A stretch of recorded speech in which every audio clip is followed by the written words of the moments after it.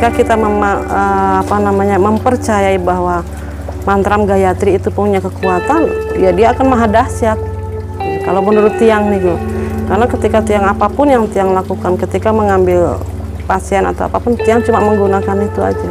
Itu udah sumber kekuatan tiang. Ya pertama yang dilihat makhluk-makhluk makhluk astral terutama ya, dari makhluk-makhluk dengan berbagai bentuk gitu. Yang pertama tentunya dengan beraneka warna seperti kita sama manusia. Alam mereka pun sama kok seperti kita sebenarnya. Mereka juga punya keluarga sama, mereka juga ada tempat tinggal. Sama seperti desa gitu aja yang pernah tiang masuk ke alam sana.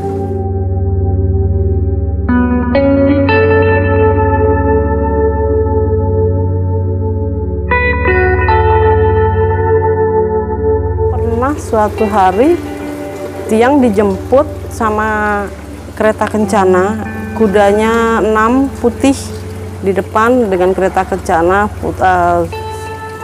ratu cantik sekali, kulitnya mulus, bersih, licin ya di padang galak niku. Terus ombak itu, kereta itu seperti membelah laut itu. Dan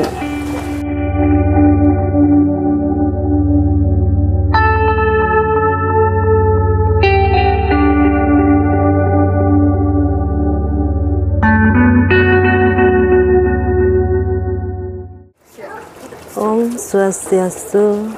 Perkenalkan, tiang Kusuma Wardani. Tiang akan sampaikan pertama kali tiang mengenal Hindu, yang dulu awalnya tiang niki Muslim, berawal dari bapak tiang niki orang Bali, ibu tiang dari Solo, tepatnya di Keraton Mangkunegaran. Karena keduanya beda agama, dulu pun tiang Muslim. Setelah bapak tiang meninggal, ibu tiang meninggal, baru sekitar 2015 tiang sakit yang cukup parah. Tiang dirawat lama di rumah sakit sampai koma tiang 11 hari. Di dalam koma tiang ini perjalanan tiang yang tiang tidak mengerti itu tiang sudah meninggal. Tapi tiang bisa menyaksikan tiang itu meninggal bagaimana. Setelah itu baru tiang sadar selama 11 hari, tiang masih dalam perawatan dokter. Pada akhirnya tiang setiap mendengarkan puja Trisanja atau lagu-lagu mantram Gayatri merasa sejuk. Tapi pada waktu itu tidak ada yang mendukung tiang untuk tiang ke Hindu. Karena untuk masuk ke Hindu cukup berat. Itu dengan biaya juga yang tidak sedikit, harus melalui upacara-upacara. Lalu di situ tiang mencari jalan bagaimana, dan tiang meyakini bahwa itu semua bisa tiang lewati.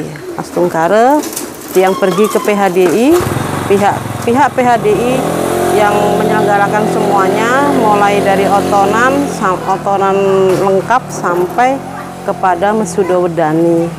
Di situ tiang mulai yakin akan Hindu. Lalu tiang belajar dengan sendirinya, belum berani tiang masuk ke pura karena tidak ada yang mengajak. Tiang cuma belajar tuntunan lewat buku atau lewat Google. Di situ tiang mulai, entah kenapa tiang mulai belajar meditasi pun sendiri tanpa tuntunan. Pada akhirnya tiang nggak ngerti kenapa kok tiba-tiba tuh tiang jadi seperti bisa melihat hal-hal yang orang lain tidak bisa lihat. Di luar nalar manusia itu bisa terlihat semua, tergambar jelas. Lalu tiang diajak teman juga. Di sini ada satu teman yang sangat berjasa di dalam perjalanan spiritual tiang.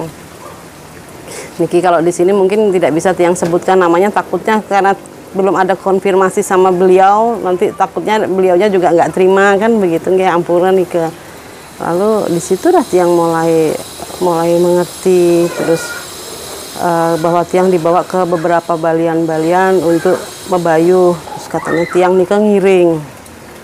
Itu yang tiang juga tidak bisa antara menerima dengan tidak, karena tiang tidak tahu Hindu, tidak tahu bagaimana. Kok tiba-tiba tiang bisa mengerti, tiang bisa melihat orang, melihat apapun yang orang tanyakan. Lalu ada setelah lama-kelamaan nih ya, di akhir-akhir ini ada orang datang yang nunas tambe minta diobati. Tiang coba kekuatan beliau karena tiang tidak bisa apa-apa. Tiang cuma tempat, itu semua Tuhan yang punya.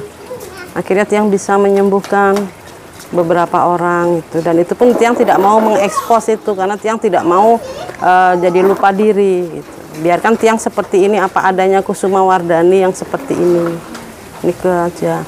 Terus mulai lama kelamaan sampai bahkan ada teman-teman yang dari jauh-jauh itu sekedar chatting menanyakan kenapa kok begini-begini. Dengan saran tiang Astungkara sudah ada hasil katanya mereka. Itu pun sudah cukup senang buat tiang. Tiang bisa menolong orang dan orang yang tiang tolong itu juga berhasil. Itu sudah cukup puas buat tiang.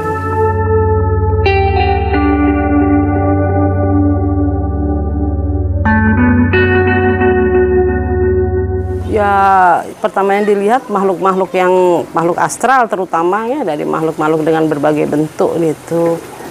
Yang pertama tentunya dengan beraneka warna seperti kita sama manusia. Alam mereka pun sama kok seperti kita sebenarnya. Mereka juga punya keluarga sama. Mereka juga ada tempat tinggal gitu. Sama seperti desa gitu aja yang pernah tiang masuk ke alam sana. Ya nggak tahu kenapa tiang merasakan nggak ada ketakutan sama sekali. Tiang merasakan justru mereka lah keluarga tiang gitu. Sampai pengalaman spiritual tiang itu pernah suatu hari tiang dijemput sama kereta kencana, kudanya 6 putih di depan dengan kereta kencana, ratu cantik sekali, kulitnya mulus bersih licin. Tiang diambil tangan tiang. Waktu itu kejadiannya ketika tiang sembahyang di pantai Padanggala nih kan, ya di Padanggala niku. Terus ombak itu, kereta itu seperti membelah laut itu, dan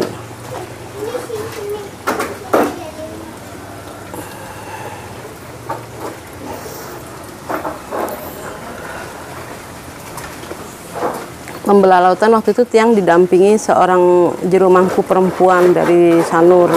Di situ didampingi, itu tiang diambil, tiang diajak duduk di atas kereta kencanan itu. Terus tiang dibawa jalan, tiang nggak tahu, tapi di suatu tempat itu seperti gua. Tapi gua itu dari luar nggak kelihatan, dia cuma tampak seperti gua. Begitu masuk ke dalam, berkilau seperti emas. Yang nggak bisa digambarkan, itu banyak sekali. Bahkan dinding-dindingnya itu, pilar-pilarnya pun seperti terbuat dari emas. Gitu. Waktu itu tiang diajak duduk di situ, cuma diajak duduk. Tiang cuma diusap kepala tiang, terus pundak tiang dipegangi dengan tangan dua itu. Setelah itu tiang dibawa, diantarkan lagi kembali, tiang duduk lagi di tempat sembahyang di tepi pantai Padanggala itu.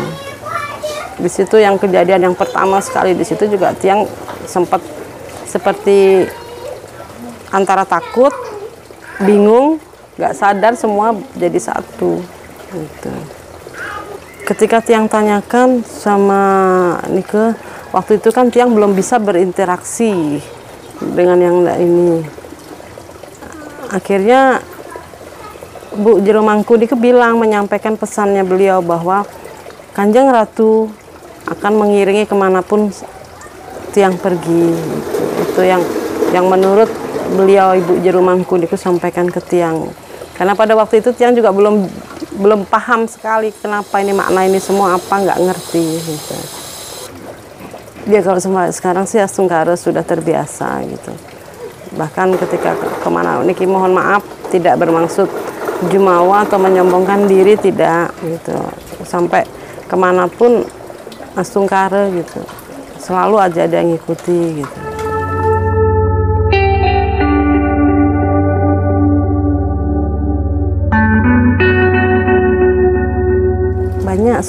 Banyak sekali. Ketika kita mempercayai bahwa mantram Gayatri itu punya kekuatan, ya dia akan maha dahsyat Kalau menurut tiang nih kok, karena ketika tiang apapun yang tiang lakukan, ketika mengambil pasien atau apapun, tiang cuma menggunakan itu aja.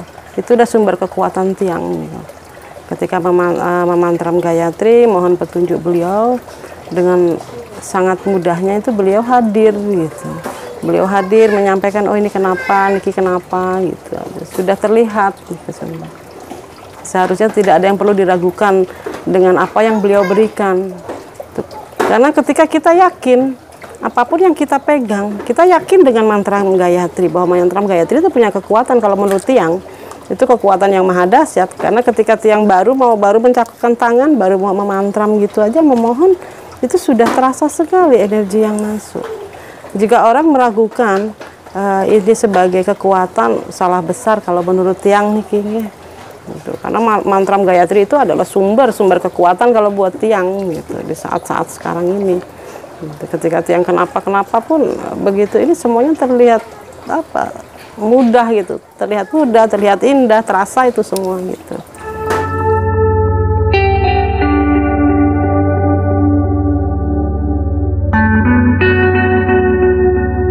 Kalau pengobatan tiang nggak pernah pakai yang apa-apa, karena memang tiang perlu, tiang pikir masih belum perlu apa-apa, hanya dengan menyentuh aja Sungkara, dengan menyentuh si pasien ini, si pasien juga akan merasakan lebih enak. Itu yang mereka sampaikan ke tiang. Sampai ada Nike seorang dokter, keluarganya dokter Nike yang sakit, awalnya tidak bisa mengangkat tangan. Kemarin itu sudah setelah Kuningan memberikan kabar ke tiang bahwa sudah bisa lagi dan sudah bisa menggenggam seperti biasa. Itu sudah cukup buat tiang. Tiang tidak pernah menggunakannya, cuma kekuatan beliau aja gitu.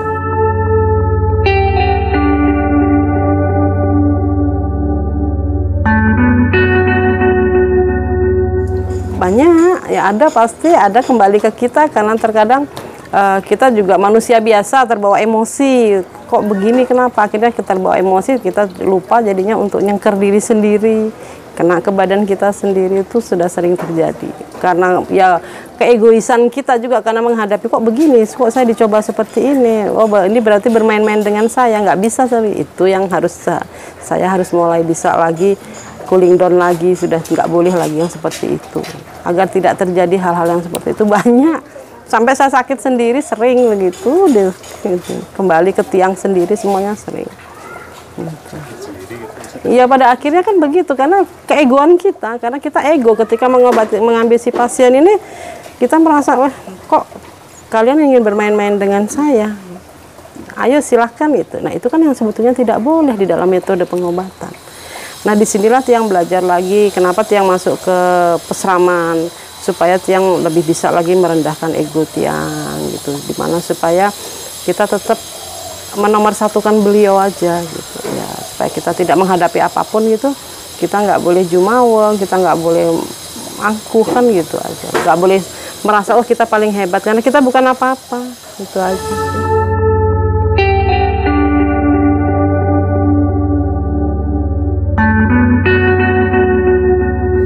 Ya biasanya tiang dengan tarik nafas, lalu tiang meditasi sebentar gitu ya, yang nggak butuh waktu lama, paling sekitar 5 atau 10 menit untuk menetralisirkan aja.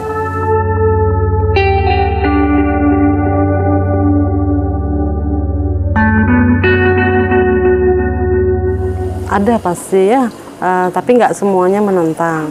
Ada keluarga yang ya itu kan jalan hidup kamu, menurut kamu baik ya monggo silakan. Ada juga yang bilang kenapa ke sana, kok patung kok disembah. Ada juga yang bilang begitu, nyembah patung. Dan itu saya perlu ekstra sabar untuk menyampaikan. Itu pro kontra sudah biasa pasti terjadi. Karena saya juga dari dua darah Bali dan darah Jawa. Otomatis yang darah Bali pasti mendukung. Tapi yang darah dari Jawa ya ada sih beberapa yang menolak gitu, kenapa harus begitu, kenapa harus seperti itu gitu. Dan itu ya yang harus hati-hati menjelaskannya supaya tidak terjadi konflik, kita tetap baik-baik aja gitu. Pada akhirnya Sungkara dari semua yang tidak setuju, sekarang setiap ada hari raya Galungan atau Kuningan, mereka malah mengucapkan selamat hari raya. Itu sudah bikin tiang tambah besar gitu, kepercayaan tiang terhadap Hindu. Makanya dengan keadaan yang saat ini yang tiang lihat itu ya di media-media sosial, Hindu yang seperti ini tuh membuat tiang nangis gitu. Kok bisa seperti ini gitu. Padahal Hindu itu ajaran yang bukan main hebatnya gitu. Kenapa kok banyak sekali, ada beberapa yang menyimpang-nyimpangkan, yang begini, yang begitu, itu yang membuat tiang terkadang nggak terima, tiang berontak gitu loh. Tapi harus mulai dari mana yang tiang belum tahu gitu.